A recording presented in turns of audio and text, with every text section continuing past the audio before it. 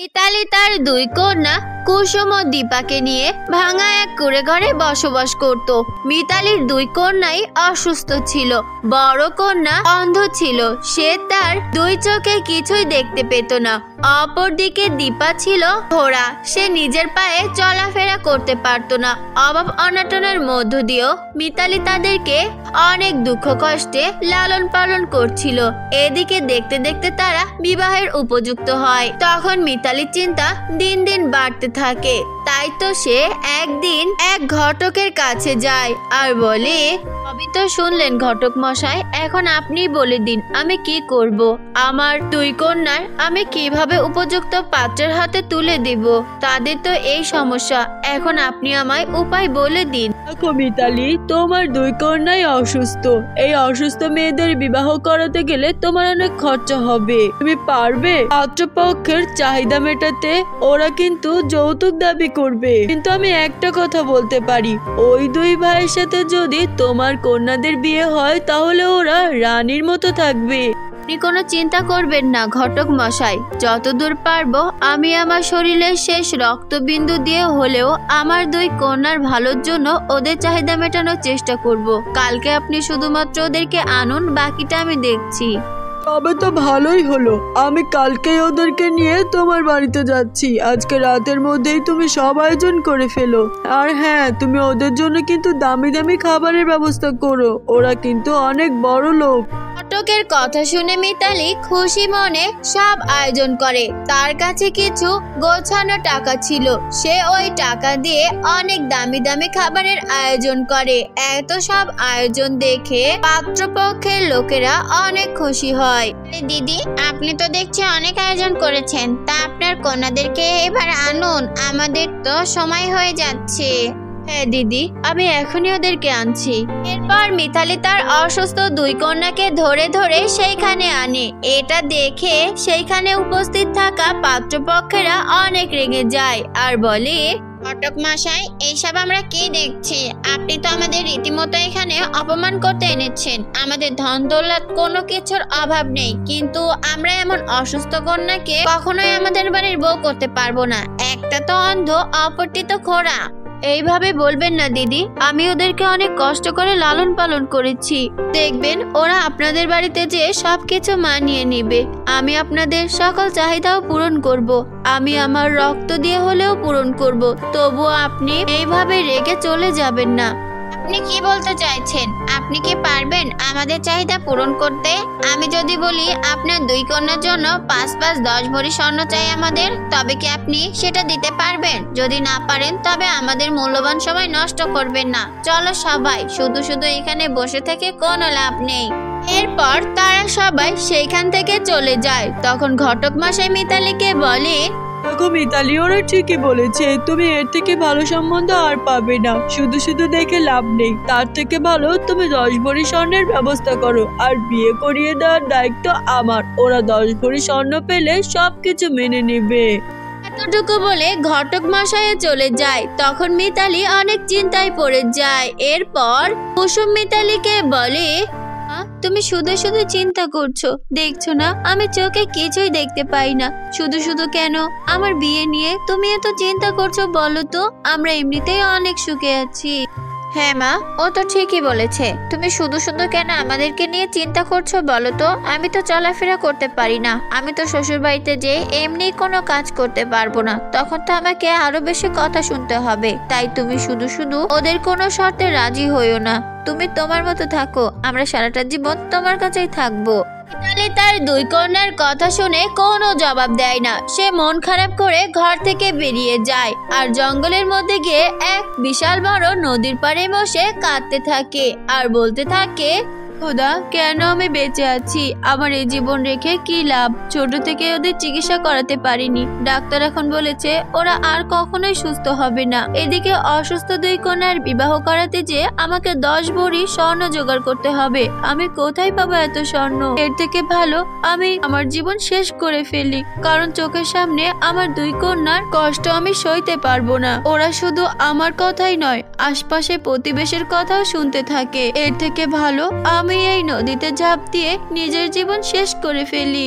এসব কথা ভেবে মিতালি সেই নদীর মধ্যে ঝাঁপ দেয়। ছোট্ট বন্ধুরা, আমাদের আজকের এই গল্পটি তোমাদের কাছে কেমন লাগছে? যদি ভালো লেগে থাকে তাহলে কমেন্ট বক্সে তোমাদের নাম বলে যাও, পরবর্তী গল্পে তোমাদের নাম ব্যবহার করা হবে। এখন সেই নদীর মধ্য থেকে একটা পরী মিতালিকে উদ্ধার করে উপরে আনে আর বলে, আরে তুমি এসব কি করছিলে? এখনই তো তুমি এই নদীর পানিতে ডুবে মারা যেতে। তুমি কেন তোমার এত সুন্দর জীবন এইভাবে নষ্ট করছো? আমায় বলো তোমার কি হয়েছে।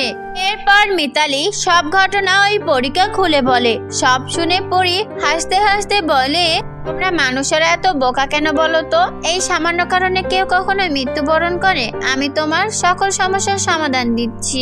এই কথা বলে পরে জাদু করে সেইখানে খুবই সুন্দর দুটো জাদু লেহেঙ্গা প্রকট করে আর বলে, এই নাও, আমি তোমায় দুটো জাদু লেহেঙ্গা উপহার দিলাম। এই জাদু লেহেঙ্গা দুটো তুমি তোমার দুই কন্যাকে পরাবে, তবেই তোমার সকল সমস্যার সমাধান হবে।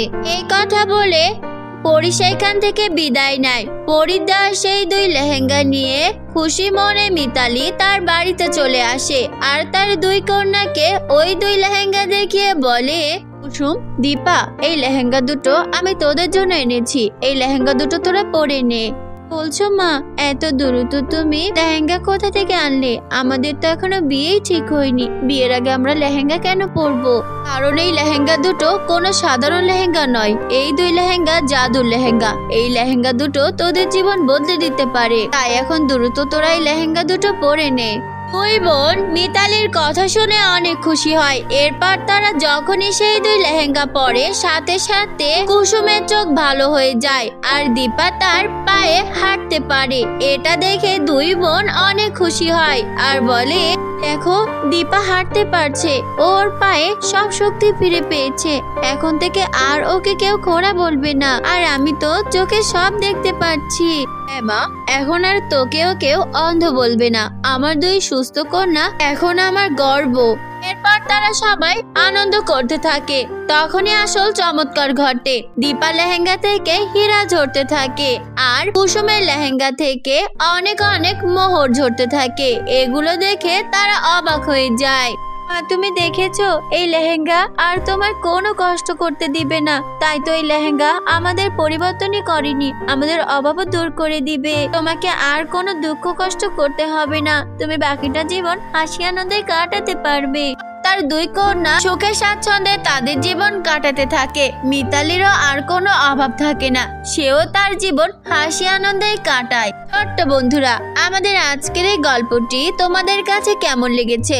যদি ভালো লেগে থাকে তাহলে লাইক, কমেন্ট, শেয়ার করতে ভুলো না কিন্তু। দেখা হচ্ছে পরের কোনো নতুন ভিডিও নিয়ে। ততক্ষণ ভালো থেকো বন্ধুরা, ধন্যবাদ।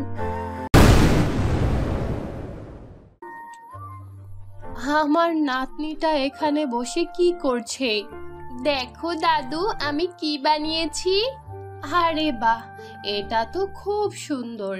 কিন্তু এটা কি রে দাদু ভাই? দাদু, এটা একটা নতুন ডিজাইন। এটা তুমি থ্রি পিসের উপরেও বসাতে পারবে, আবার শাড়ির উপরেও বসাতে পারবে। তাহলে আমার নাতনি তো সেটা হয়ে গিয়েছে। ওই যে কি যেন বলে, ফ্যাশন ডিজাস্টার। ওইটা ফ্যাশন ডিজাস্টার না, ফ্যাশন ডিজাইনার হবে দাদু। রুমার এই কথা শুনে তার দাদি হাসতে থাকে। রুমার বাবা গ্রামের একজন ছোট কৃষক ছিল। তার কাছে চাষাবাদ করার জন্য এত জায়গা জমিন ছিল না, যার কারণে তার পারিবারিক অবস্থাও এতটা ভালো ছিল না। প্রায় সময় তাদের সংসারে অভাব লেগেই থাকতো। রুমা তার মা বাবার একমাত্র মেয়ে ছিল। ওফ, সারা দিন শুধু এগুলো নিয়েই বসে থাকিস, তোর কি আর কোনো কাজ নেই? এই তো মা, হয়ে গিয়েছে, আর একটু বাকি। এই কথা তো তুই 1 ঘন্টা ধরে বলছিস।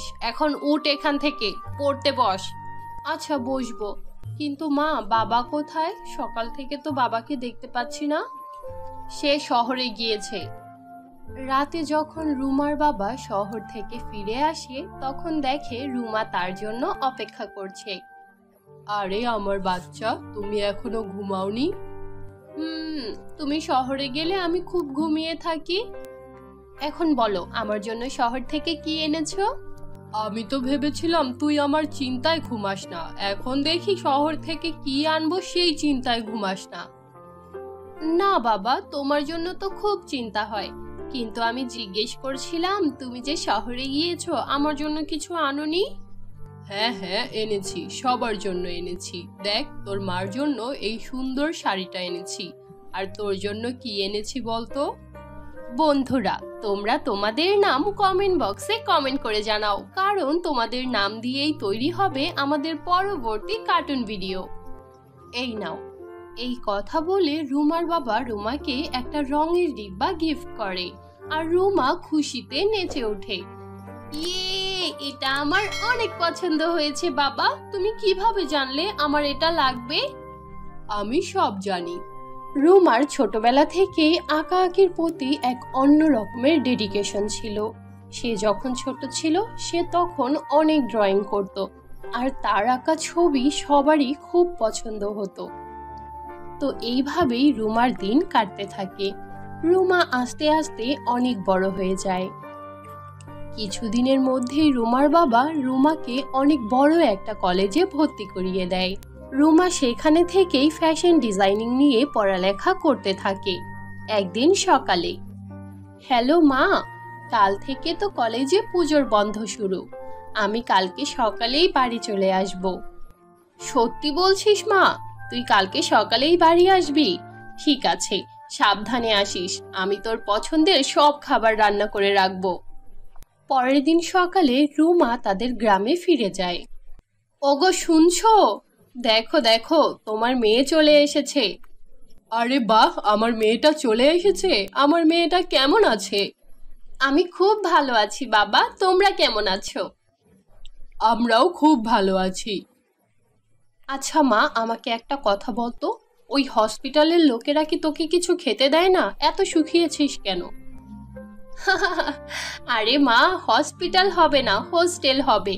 হ্যাঁ, সেখানের খাবার দাবার তো খুবই ভালো, আমি তো অনেক খাই, কিন্তু মোটা হই না। রুমা গ্রামে আসায় তার মা বাবা অনেক খুশি ছিল। তারা তিনজন বসে অনেক গল্প করে। রাতের খাওয়া দাওয়া শেষে তারা তিনজন একই রুমে ঘুমিয়ে পড়ে। রুমা ঘুমিয়ে গিয়েছে ভেবে তার মা তার বাবাকে বলে, ওগো শুনছো? মেয়েটা মনে হয় ঘুমিয়ে গিয়েছে। হ্যাঁ, এত রাস্তা জার্নি করে এসেছে, ঘুমিয়ে তো পড়বেই। আচ্ছা, আমি বলছিলাম কি, পরশুদিনই মনে হয় ও হোস্টেলে ফিরে যাবে। তো আপনার কাছে কলেজের ফিস চাইবে। আপনার কাছে টাকা পয়সা আছে তো নাকি? হ্যাঁ হ্যাঁ, আমি জানি। আমি জমিদারের কাছ থেকে 10,000 টাকা ধার চেয়েছি, কাল সকালেই গিয়ে নিয়ে আসব। ঠিক আছে, কিন্তু খেয়াল রাখবেন যেন মেয়েটা এই ব্যাপারে কিছু না বুঝতে পারে। জানতে পেরে গেলেই শুধু শুধু দুশ্চিন্তা করবে। ঠিক আছে, এখন ঘুমিয়ে পড়ো। কিন্তু রুমা তখন ঘুমায়নি। রুমা তার মা বাবার সব কথা শুনে ফেলে। তার মা বাবার কথা শুনে সে খুবই কষ্ট পায়, আর মনে মনে ভাবতে থাকে তার মা বাবা তার জন্য কতটাই না কষ্ট করে। সে সিদ্ধান্ত নেয় তার পরিবারকে এই হতদরিদ্র জীবন থেকে দূরে নিয়ে আসবে, আর তাদের অনেক সুন্দর একটা জীবন উপহার দেবে। সকালে যখন রুমার বাবা জমিদারের কাছে যাচ্ছিল, তখন রুমাও তার বাবার পিছু নেয়। রুমার বাবা জমিদার মশাইয়ের সামনে গিয়ে হাত জোড় করে দাঁড়িয়ে পড়ে, আর রুমা একটা গাছের পেছনে দাঁড়িয়ে সবকিছু দেখতে থাকে। কেমন আছেন জমিদার মশাই? আরে আমি তো ভালো আছি, তুই কেমন আছিস? ভালোই আছি, কিন্তু কাল যে আমি আপনাকে বলেছিলাম আমার কিছু টাকা দরকার। আরে ভাই, আমার মনে আছে, কিন্তু তুই আমাকে একটা কথা বল, যখন তোর সামর্থ্যই নেই তখন তোর মেয়েকে কেন এত বড় কলেজে ভর্তি করিয়েছিস? যখন তখন তোর মেয়ের জন্য আমার কাছে এসে হাত পাতিস। মালিক, আপনারাই তো শেষ ভরসা। শহরে পড়তে পাঠিয়েছি, আশা করি আমার মেয়ে একদিন অনেক বড় হবে। আচ্ছা মানলাম তোর মেয়ে একদিন অনেক বড় হবে, তো বড় হয়ে কি হবে? সেই তো নিজের শ্বশুর বাড়িতে গিয়েই করে খাওয়াবে, তোকে তো দেখবে না। হা হা হা, তুই কত বোকা রে। জমিদারের কথা শুনে রুমার প্রচুর রাগ হয়। তার বাবার জন্য খুবই খারাপ লাগতে থাকে। সে সিদ্ধান্ত নেয় এখন থেকে সে অনেক পরিশ্রম করবে। পরের দিন সকালে রুমা তার বাবার কাছ থেকে টাকা নিয়ে শহরে ফিরে যায়। তারপর থেকে সে অনেক পরিশ্রম করতে শুরু করে, প্রচুর পড়ালেখা করে। কিছুদিন পর সে শহরের একটা বুটিকে পার্ট টাইম জব করতে শুরু করে, আর সেখানেই সে ডিজাইনার লেহেঙ্গা বানানো শিখতে থাকে। সময়ের সাথে সাথে সে এই কাজে অনেকটা দক্ষ হয়ে ওঠে। তারপর একদিন তার বুটিকে একটা মহিলা আসে আর সবাইকে বলে, শোনো তোমরা সবাই, আমাদের শহরের এটিএম কোম্পানি একটা ফ্যাশন ডিজাইনার শো লঞ্চ করছে। সেই শোর মেন থিম হচ্ছে ন্যাচারাল। তো তোমরা সবাই যদি পার্টিসিপেট করতে চাও তাহলে ফর্ম ফিল আপ করে আজই জমা দিয়ে দাও। এই শোতে যে জিতবে তাকে 1 কোটি টাকা দেওয়া হবে, আর সেই সাথে চাকরিও দেওয়া হবে। তো এই সুযোগ হাতছাড়া তো করা যায় না, তাই তো? জি ম্যাডাম, আমরা সবাই এই অনুষ্ঠানে অংশগ্রহণ করব। বলে তো দিলাম পার্টিসিপেট করব, কিন্তু সেখানে তো বলা হয়েছে ড্রেসেস ইন্সপায়ার বাই নেচার। এখন আমি নেচার থেকে কি বানাবো? আমাকে ইউনিক কিছু বানাতে হবে যেটা আজ পর্যন্ত কেউ করেনি, আর সেটা দেখতে সুন্দরও হতে হবে। রুমা যখন এই সব কথা বলছিল তখনই তার মা কল করে। কিরে মা, কেমন আছিস তুই? আমি ভালো আছি মা, তোমরা কি করছো? আমি আর তোর বাবা তো হাটে এসেছি। এবার সবুজ পাতার সবজিগুলোর বেশ ভালো ফলন হয়েছে, সেগুলোই বিক্রি করতে এসেছি। তুই টাকা পয়সার চিন্তা করিস না, ঠিক আছে? তোর যখনই টাকা লাগবে আমরা তোকে পাঠিয়ে দেব। 1 মিনিট মা, তুমি একটু আগে যেন কি বলেছিলে? সবুজ পাতার তাজা সবজি? আরে বাহ, তুমি তো আমাকে অনেক সুন্দর একটা আইডিয়া দিয়েছো। থ্যাংক ইউ মা। হ্যাঁ, কি আবার করলাম আমি? যা করেছেন করেছেন, এখন বাদ দেন।